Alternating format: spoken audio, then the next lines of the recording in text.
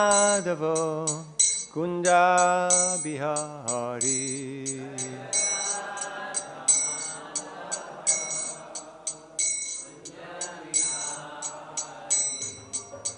Gopijana Vallabha Girivaradhari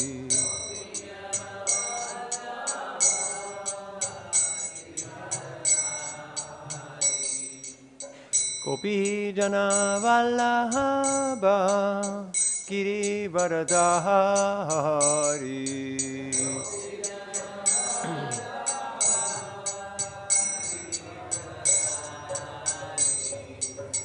Yasodhanandana Brajajanaranjana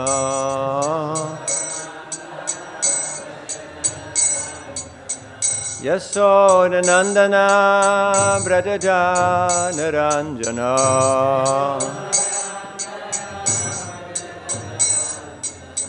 Yamunatiravanachari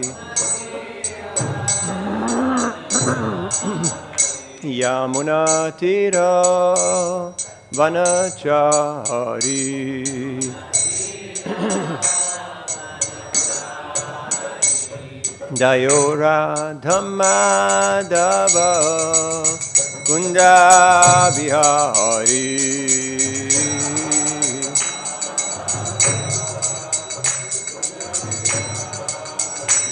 Gopijana Vallabha Girivaradhari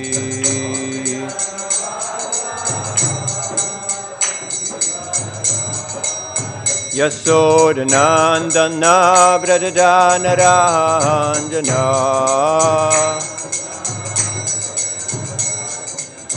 Yamunatiravanachari Jayo Radhamadava Kunja Bihari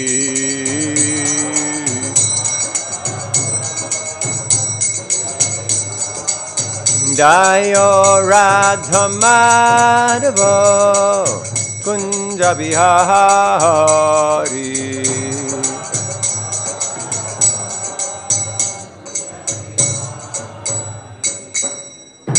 Hare Krishna Hare Krishna Krishna Krishna Hare Hare Hare Rama Hare Rama Rama Rama Hare Hare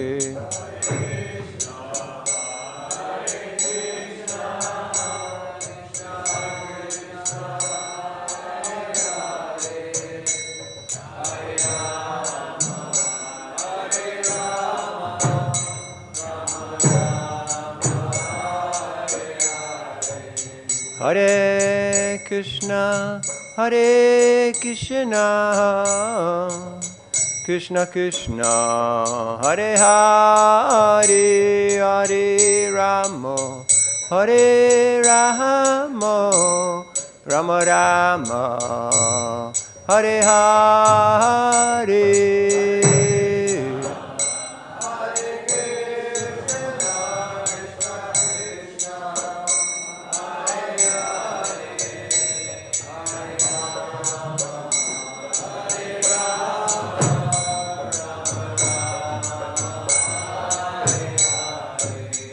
Hare Krishna Krishna Krishna Hare Hare Hare Rama Hare Rama Rama Rama Hare Hare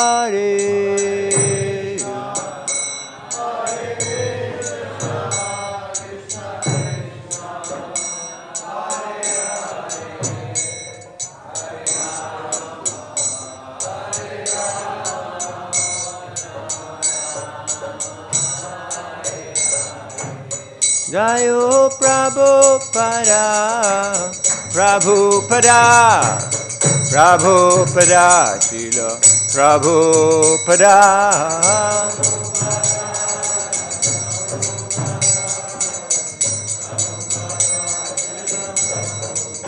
Prabhupada, Prabhupada, Prabhupada, Jai Jaya Prabhupada.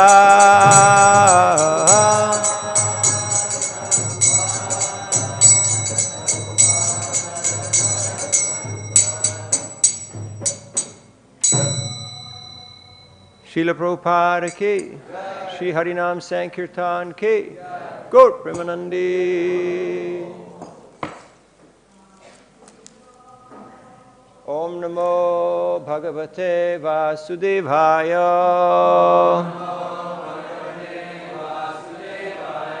Om Namo Bhagavate Vasudevaya. Om Namo Bhagavate Vasudevaya.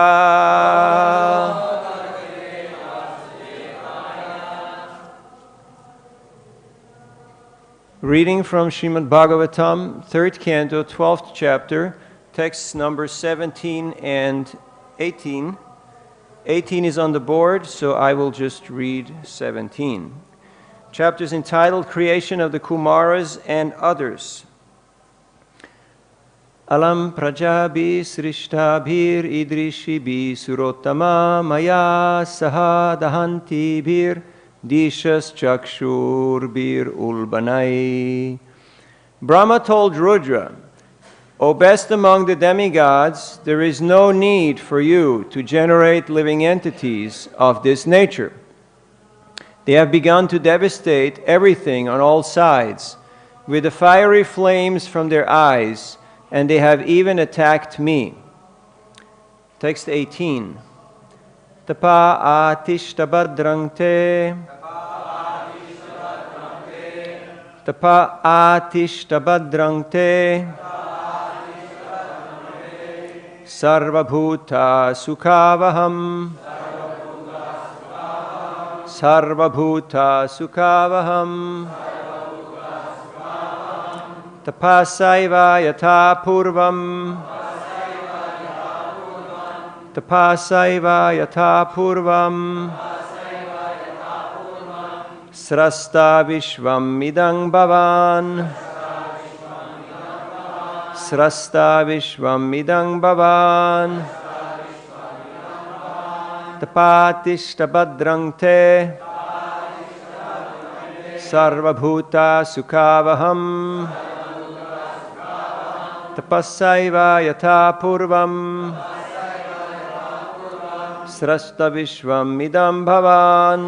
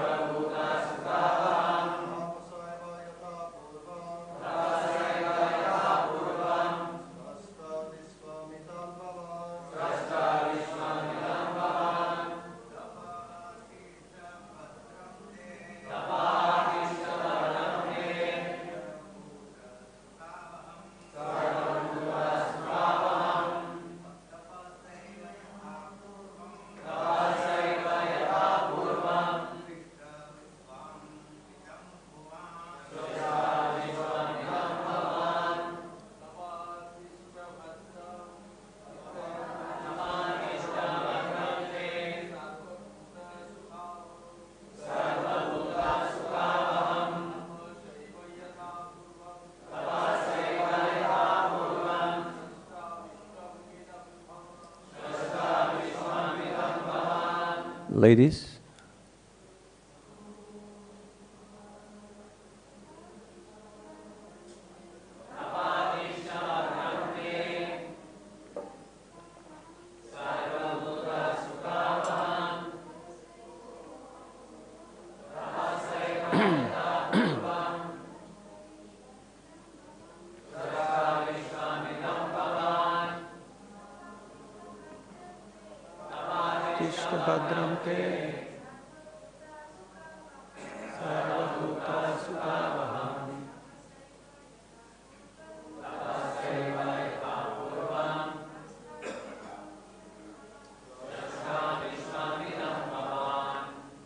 Tapa.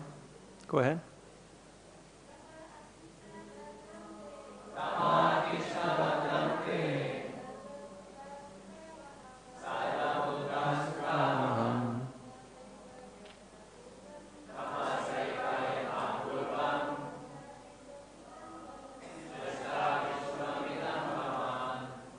Tapaha, penance.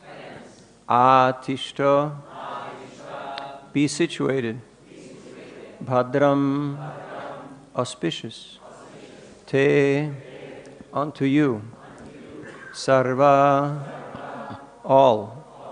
Bhuta, living entities.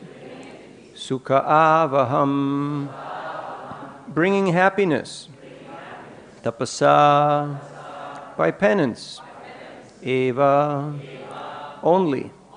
Yata, as much as. Purvam, before. Srasta, will create.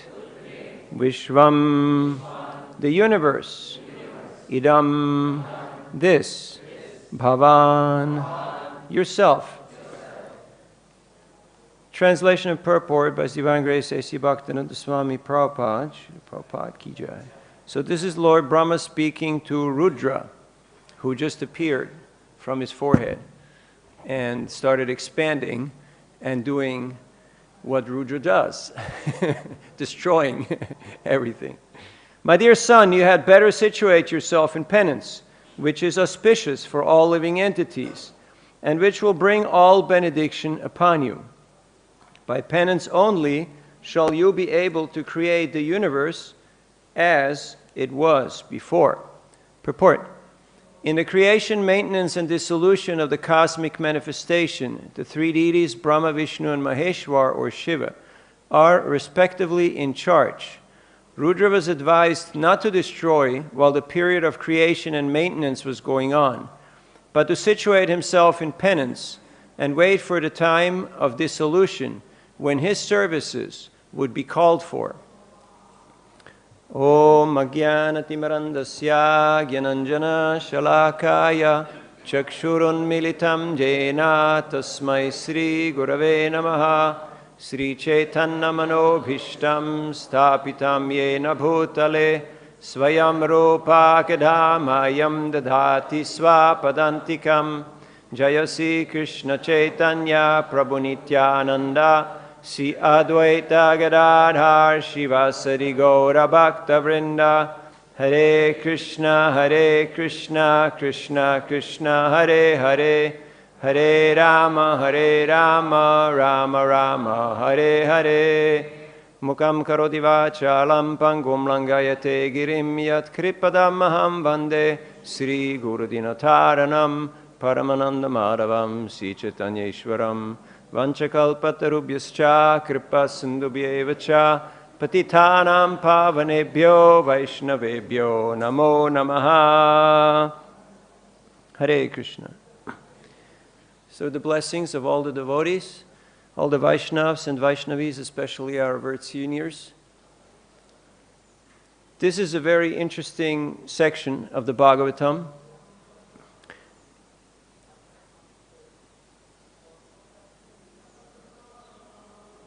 Is it possible to stop that sound in there?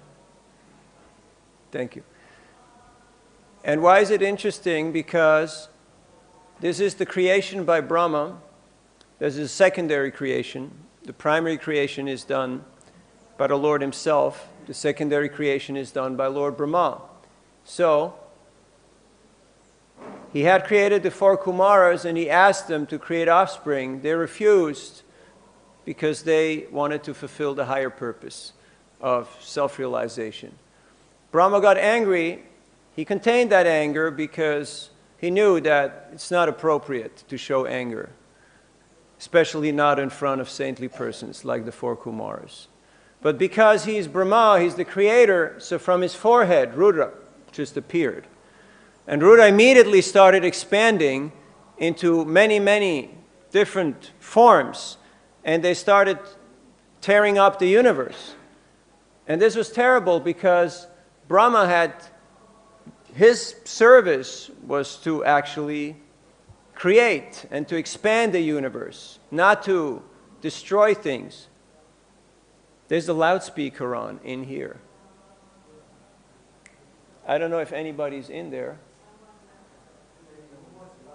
It's locked and no one's there. Okay. So we'll have to work with it. Yes. Well, Hare Krishna. So Brahma wanted to create, and Rudra was doing the opposite. He was just undoing whatever Brahma is doing. Have you ever been in a situation like that? You're trying to do some service and someone else is just busy trying to do the opposite? It's disappointing, to say the least. So Brahma told Rudra, cool it down. Just sit down and engage in austerity. He says, by penance only can one approach... Oh, 1 second. Got to be in the right spot here. O best among the demigods, there is no need for you to generate living entities of this nature. They have begun to devastate everything on all sides with the fiery flames from their eyes. And they have even attacked me. So he told him, okay, this is what's happening, and it's not ideal. And please situate yourself in penance, which is auspicious for all living entities.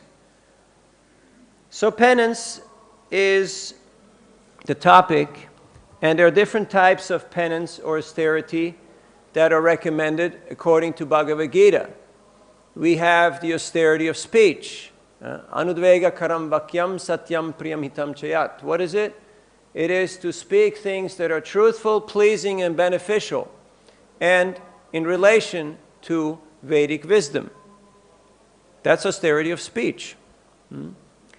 So austerity is a necessary requirement. Without austerity, nothing gets done. Like many of your students, you have to go to school. You have to do your exams. You have to show up for morning program. You have to show up for class. Why? Because it's a requirement. It's an austerity. But you accept it. Why you accept it? Because you understand, okay, there's some benefit to it. I do something, I get something. But what is my motivation? Why am I doing it? There's austerity in the mode of ignorance. What is that? What is austerity in the mode of ignorance? Hiranyakashipu, thank you. Yes, Hiranyakashipu. Or Vrikasura, chopping off his own flesh and offering that. That's austerity in the mode of ignorance. Do you see that going on in the world? Plenty of that, right? Austerity in the mode of ignorance. It's not for a good purpose. It's not doing good to you, not doing good to others. But they just seem to not know any better. But they're very austere. So just being austere does not qualify you to be an advanced person, a spiritual person, or a devotee. Sometimes we mistake. We think, oh, this person is so austere. This person is so, not eating.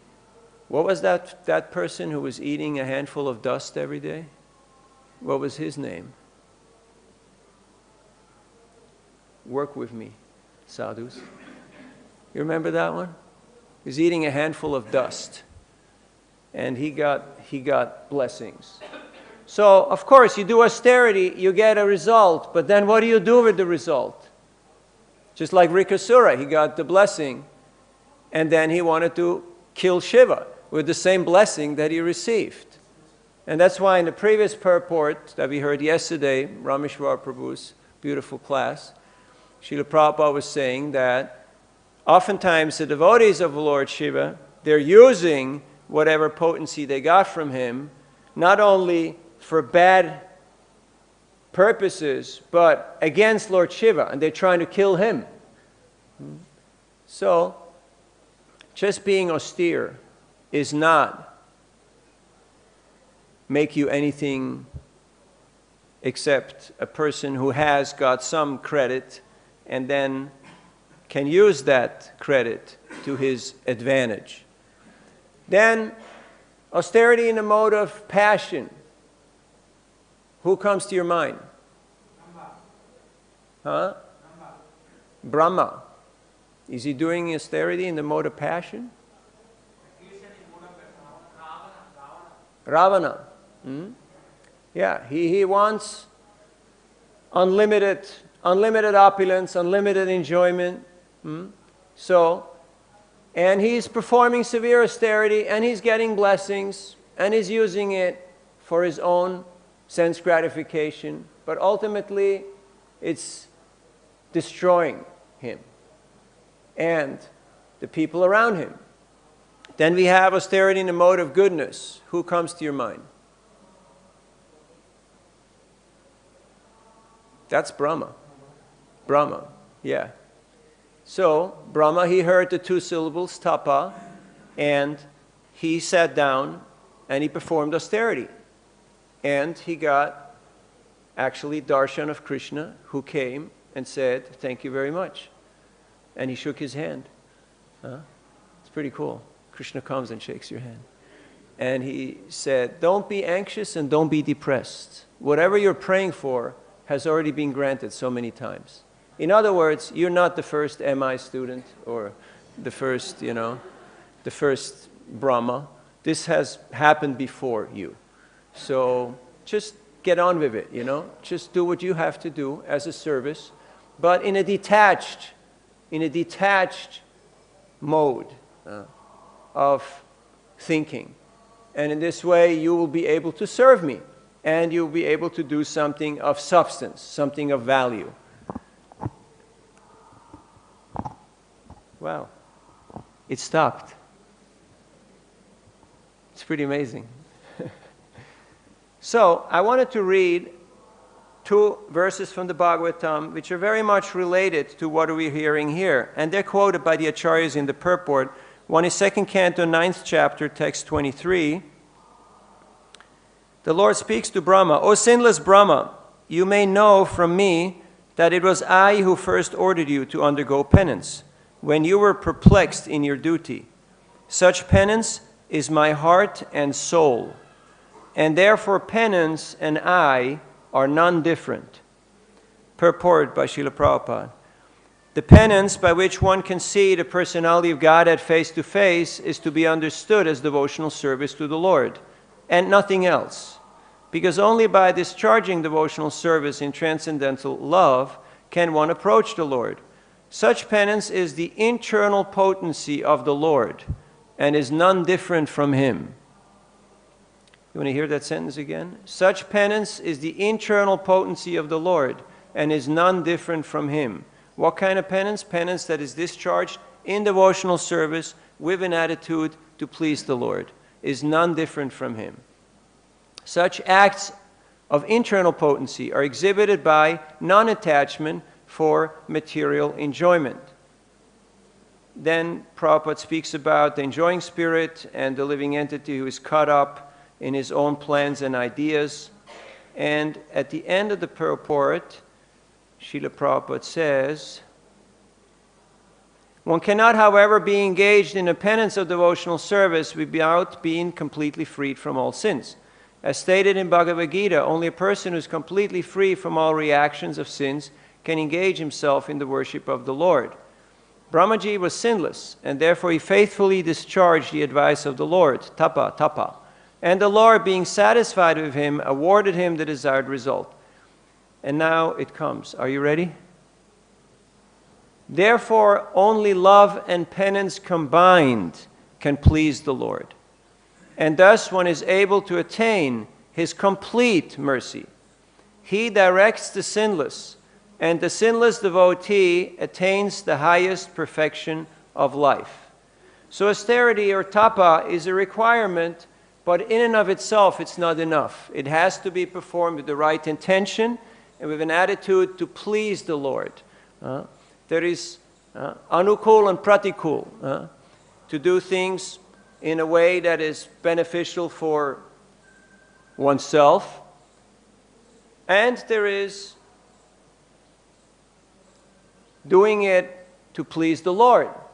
So both are Both are valid, but they have a different intention, they have a different result.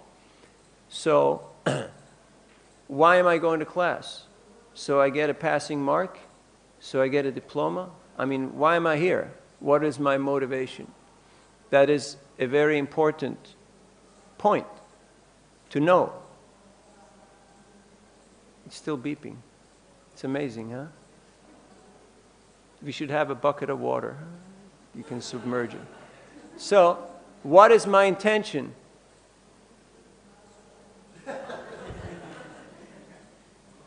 Is that anyone's phone or? Probably in there, right? No one's there. So, what is my intention? Why am I giving class? Why am I going to the morning program? Why do I get up? Why do I chant Hare Krishna? What do I want to get out of this? What do I put in? My intention is very important. To become aware of our own intention. And oftentimes we're not really aware of our own intentions. Have you noticed? You have noticed that we're not so aware of our own intentions till Krishna makes us aware of our own intentions. And sometimes it's quite painful because we already have made up our mind why we want to do something, how we want to do it, and we got all the reasons and all the arguments, but it's not happening the way we want it to happen. And then, usually, there's frustration, there's anger, there's resentment, there's blame, there's dissatisfaction. And then at some point we realize, maybe this is not the way to go. Maybe I'm not really Krishna conscious. Maybe we could have done this differently. You know that realization when that sinks in, finally? Maybe we could have done this differently. So, Lord Brahma is telling Rudra, your time has not come yet. There is a time for everything. There's a time for destruction, but it's not now. Now is the period of creation. So, your services will be called for, but not right now. Right now, perform austerity. And then all good things will come from that.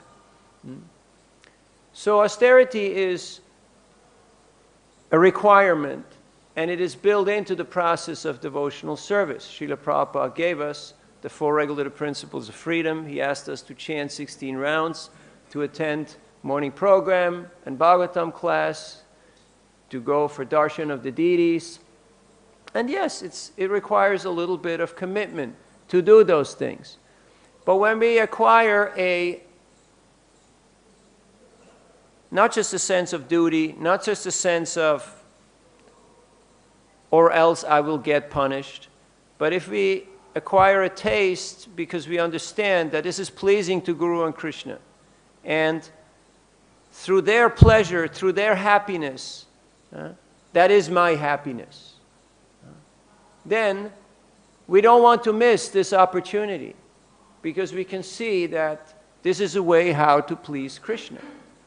Just like now we are in this period of the Katyayani Vrat, where the gopis perform the austerity of getting up early, going to take cold bath in the river Jamuna, and to eat very simple food, havishyana, which is rice and dal boiled without any spices and any salt or turmeric, and to perform different types of activities of worship for one single purpose, to attain Krishna. That was their only objective, to attain Krishna.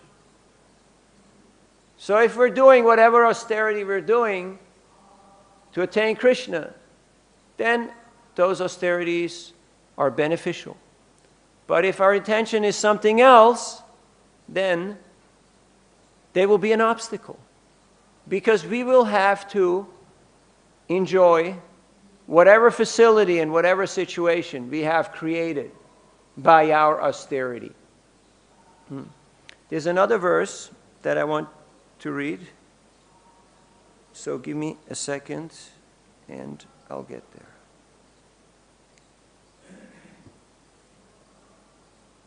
And that is 8th canto, 7th chapter, 44. Somebody knows it by heart?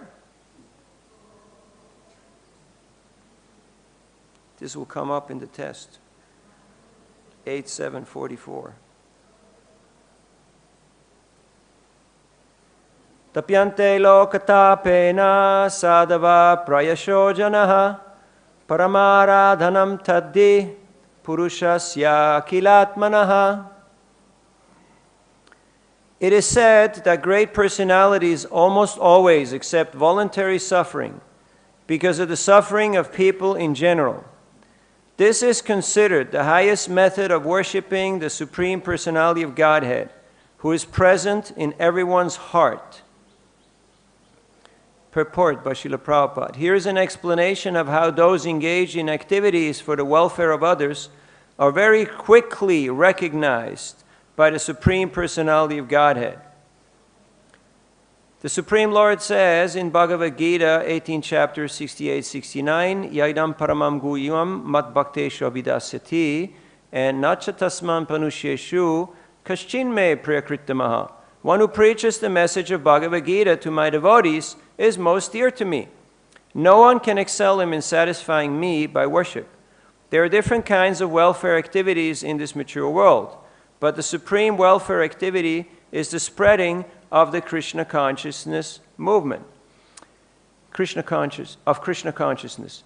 Other welfare activities cannot be effective, for the laws of nature and the results of karma cannot be checked. It is by destiny or the laws of karma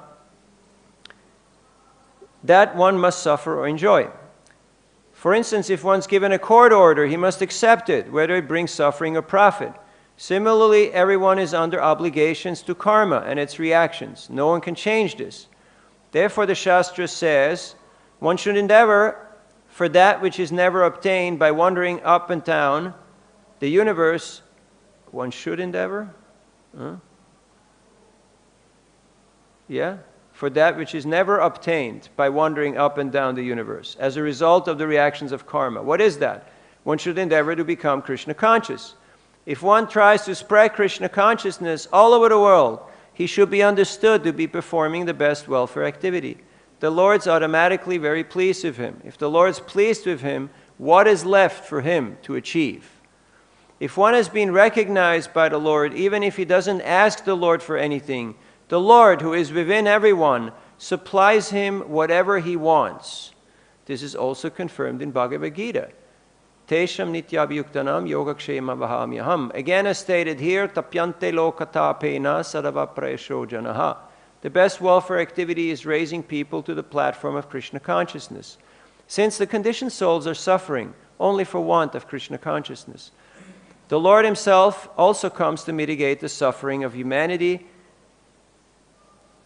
He cites Bhagavad Gita 4, 7, and 8, which are Yada yada hidharmasya glanir bhavati bharata abhyutanam adharmasya tadatmanam srijamyaham. Next.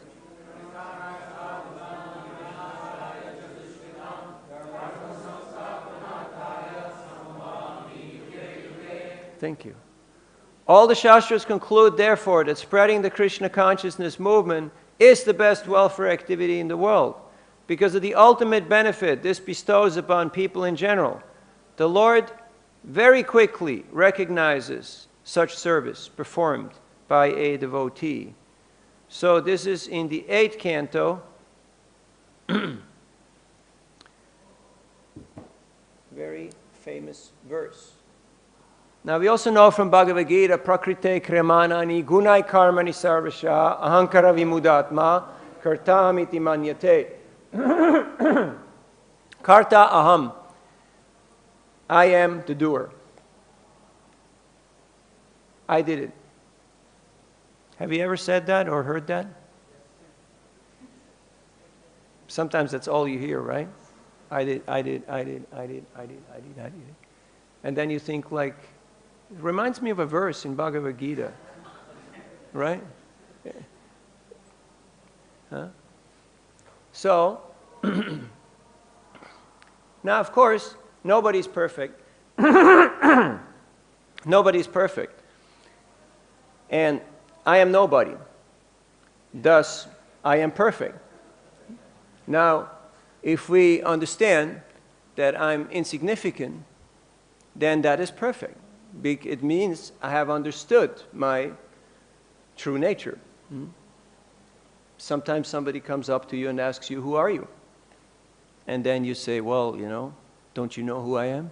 Or I'm in charge here, or I'm doing this, or I'm doing that. And immediately you're in trouble. Have you noticed? Immediately you're in trouble. Because people will start blaming you, they start asking things from you, expecting things from you, right? But try it out. Do this mind exercise. The next time somebody asks you, who are you? You tell them, I am nobody. And I guarantee you, most likely, they'll just turn around and walk away. It works. It's amazing. Huh? But as soon as we say, I did it, I'm in charge, this is my thing, immediately you'll get attacked. So, to do service for service sakes, to please Krishna, is what Srila Prabhupada taught us. Pure devotional service, for Krishna's pleasure. Happy to play whatever role Krishna wants me to play. That is the topic, austerity that is pleasing to Krishna, not for some destructive or some expedient, some selfish purpose, but austerity that is there to please the Lord will actually be beneficial for all living entities and will ultimately attract Krishna's attention. It will attract Krishna's pleasure. And if we have Krishna's attention, if we have Krishna's pleasure, there's nothing you cannot obtain. Hare Krishna. Questions, reflections, comments? You got the mic.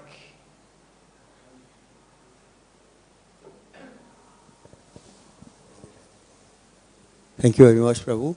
So the question is this. You was mentioning how the austerities, the goal of the austerity is to please Krishna. So Dhruva Maharaj performed austerity, but he don't have that on mind, to please Krishna. But one way or other, he get the benefit. So how we can understand if we perform some austerities, even though in relation to get some material enjoyment, and we get the highest goal. Dhruva, his intention was mixed. He wanted to find the Lord to fulfill his purpose. So the Lord was involved. The Lord was in the picture. It wasn't just he was doing something in order to get something. He knew that if I get the Lord, he's the one who will be able to fulfill my desire. So because he endeavored with the right means, he got a beneficial result. So much so that he became aware of his own shortcoming. And he lamented that, something wasn't right. And he was able to correct that. Unless there is introspection and a sense of guilt and then rectification, there's not real progress. So Dhruva was mixed, but then by the mercy of Narad Muni and by the mercy of the Lord, he came out very glorious. So Dhruva is giving us an example. There are other examples. For instance, Kubja. She said, I want you to only enjoy with me. And the acharyas say, yes, she was related with the Lord and she was offering herself in service to the Lord, but her intention was selfish. And she was unfortunate because Krishna was not willing and not saying he's not able to grant her desire. So, because Krishna has to interact with all living entities, not just with one living entity. So the acharyas give us the purports, how to understand these different examples, and how to see what applies for me, what can I learn from this, so not to go down that line. But Dhruva endeavored with honest means, and he got a very beneficial result. Other questions? Rameshwar Prabhu.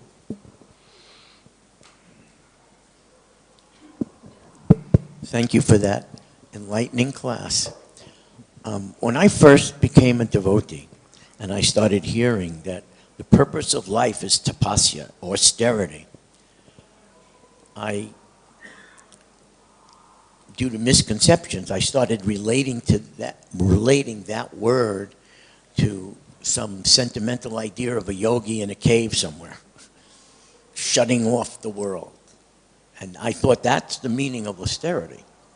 Then later on, as a devotee, I started to learn that it's a path for purification, but it still didn't seem like it's going to make me happy.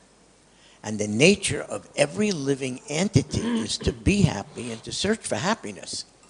So how can, it's a rhetorical question, how can we reconcile the idea of abstinence and being happy?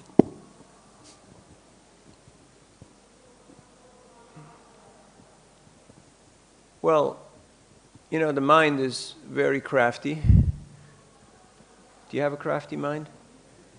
Yeah? So the mind is pretty much willing to rationalize and ratify anything, right? So you ask people, why do you do what you do? They're like, because, you know, it pays the bills or gets me what I want, or I'm being happy. I get happiness from it. So the mind has its way of rationalizing, but it's not really logical, it's a fallacy, because things don't work like that. That's why we need Shastra. And amongst the three pramanas, or the three, you know, Guru, Sadhu, and Shastra, the three agencies that we should consult, Shastra is the foundation. Because Guru is the one who teaches Shastra, and Sadhus are the ones who are following Shastra and applying Shastra in their life. But Shastra is the real substance. That's why we always ask people, okay, where'd you got this from? Like, what's the pramana? What's the evidence of what you just said? If you don't have anything as real evidence, you got nothing to stand on. So the mind is very crafty, and it's conjecturing up all kinds of ideas. Like, if I just be very, very renounced or abstinent, you know, from whatever that might be, then, you know, that will be the perfection. But, you know, there's so much austerity in this world, but it's not, for the most part, it's not directed towards pleasing Krishna. Excuse me. And that's why it's not really beneficial. What I learned from Prabhupada is that to equate the word austerity with higher taste. Yeah, but that is tapo divyam putrakayena sadvam shutyet brahmasokyam tvanantam. That is austerity which is directed, which is focused for the right purpose to please Krishna. Otherwise, that's our sadhana. There's plenty of people who are not eating or not doing this or not doing that for whatever reason, and it's not bringing them anywhere closer to Krishna. In fact, people are austere, and oftentimes, because of that austerity, what did we hear? Rudra resides in austerity. And then they drown in small puddles of anger. Has this ever happened to you? All of a sudden you become angry, and you just burn up in anger, and all your pious credits are gone. What a bummer. For what? For nothing. So we have to be mindful to really remind ourselves, okay, tapo divyam, not just tapa, but tapo divyam, austerity to please Krishna. So before we embark on whatever it is that we're embarking on, we should really check ourselves and analyze, is this really with the intention to please Krishna, to give pleasure to Krishna. Like the Nawab asked Sanatana Goswami, you got to come with me. I'm going to Orissa, to conquer, and I need you. You're my minister. And you're running the show for me. And he said, I cannot go because you're going there to give pain to the Supreme Personality of Godhead and to the devotees there. So I cannot go with you on that venture. So we should feel free to abstain. We should feel free to unsubscribe to whatever it is that is not really giving pleasure to Krishna. Just like November, December, surrender. So this is the time, and it's not just about, a few quotes and we put out a few books, but it's, am I surrendering to Krishna? Or am I just surrendering to my mind and senses and to my own plans? That is the question. What is my intention? Have I really bought into being a servant, being a order carrier of Rupa Raghunath, of the Guru Parampara?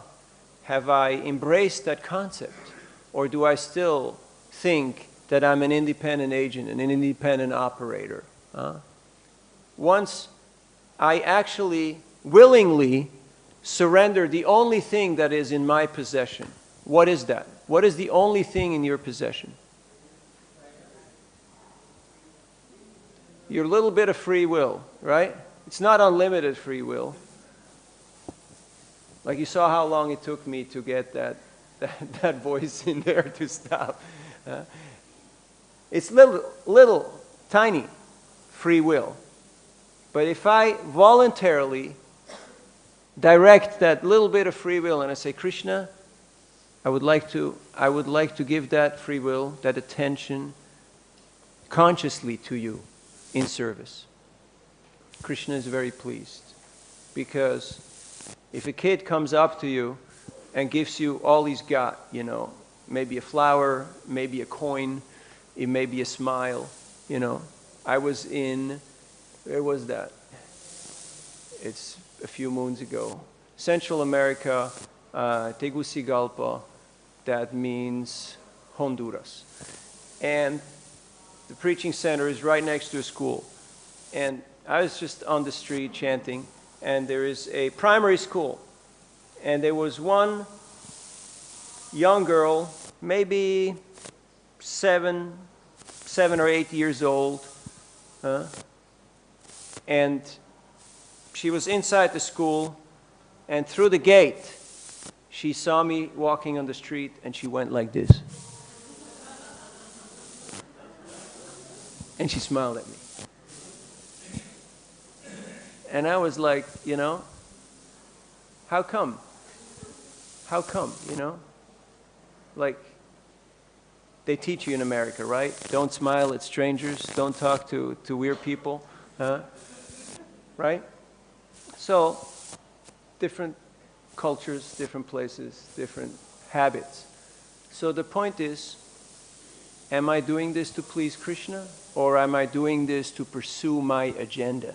To build my little staircase to whatever I imagine to be heaven, It may be Mars, it may be the top of the mountain, it may be the top of the pile, it may be whatever.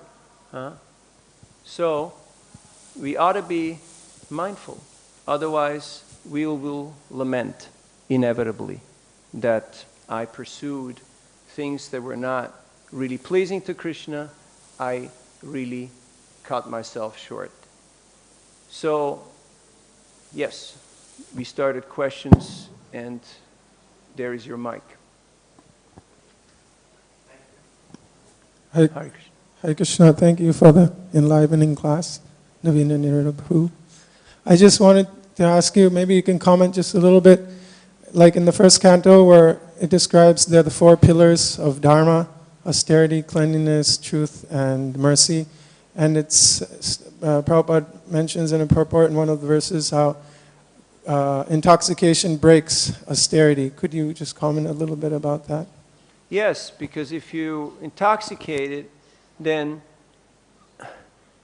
you can't really be austere, because because you need your intoxication continuously, and you do whatever it takes to get it. You'll do atrocious things, illegal things. You break any law just to get your intoxication. So that's why it breaks austerity. Austerity means to stay sober. To stay sober. To say, okay, I don't need this, I don't want this, this is not beneficial for me, and this is not pleasing to Krishna. That's why a devotee naturally is austere, because he's staying sober. Saying, no, I'm not going to do that. And that also means that if there are situations where we realize this will compromise my faculties, then we disengage. We take ourselves out of that situation consciously, because we know otherwise we're going to get compromised. Yes. Hare Krishna. Prabhuji, thank you for the class. You have mentioned how Brahmaji said to Rudra that your service will come later. Till that time, you perform austerity. So that clicked something in me. Like in my case, in my personal life, I see that many devotees are contributing to Prabhupada's movement very nicely. You know, this devotee is doing that devotee is doing that. And many times I see when I come into the equation and the things don't go properly, when I'm out of the equation, that is when the services are going very nicely. So is it this way? Should I take it at this way, that till that time my service opportunity comes, I have to continue doing austerity? Or is it like I push here and there? What do you suggest, Prabhu? Like, can you Yes, please oftentimes we can serve by not interfering. It's one of my main services, not to interfere, trying not to interfere. It's hard. It's hard sometimes. But once we get that figured out, then Krishna will also empower us to see maybe it's not the way how I want to do it. Maybe I have to understand the context and see that there's a different way how I should be able to serve. But because Rudra is very focused on what Rudra does, and so Rudra doesn't want to do other things, and that's why Rudra is only useful for a specific purpose in a specific situation. But if my attitude is, Kinkaro, what should I do? What's my service? Then you can act in many capacities. But if you're a one-trick pony, you know, we can just do one thing. And if that thing is not available, then no service for me. It's not. So the more our ability to adapt and to be flexible, the more service opportunity will be there for us. Just like Srila Prabhupada. He came, he performed all the austerity. He said, I created your pious credits. He created it by his austerity. By staying up in the night and translating, by living in people's living rooms, by living a very austere and a very difficult life. He created not just our pious credits, but as you mentioned, because he wasn't stereotyped.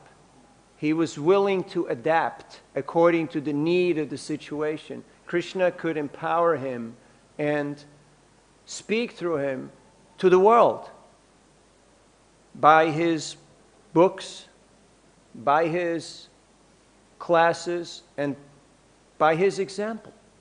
And he's still speaking to the world through his books, his words, and his example, and his expansions. Sangopangashtra Parshadam.